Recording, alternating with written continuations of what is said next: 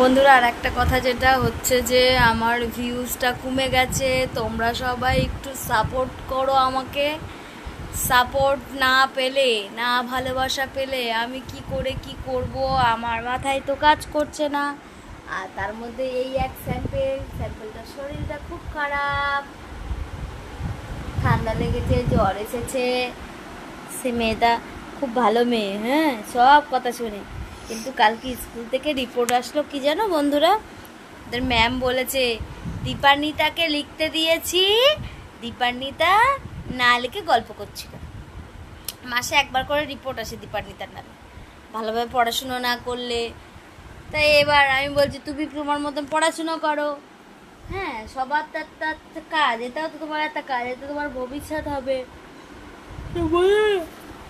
বলছি, ঠিক আছে মা, আমি আর ইয়ে করবো না, আমি আমি আমি পড়ার সময় আর লেখার সময় পড়ার সময় আর গপ্প করবো না। বুঝলে, তুমি একটু বলে দাও, বলে দাও। মা, হুম। আমি টিকা করার সময় গল্প করবো না, টিকা করে খেলাধুলো করবো, গল্প করবো।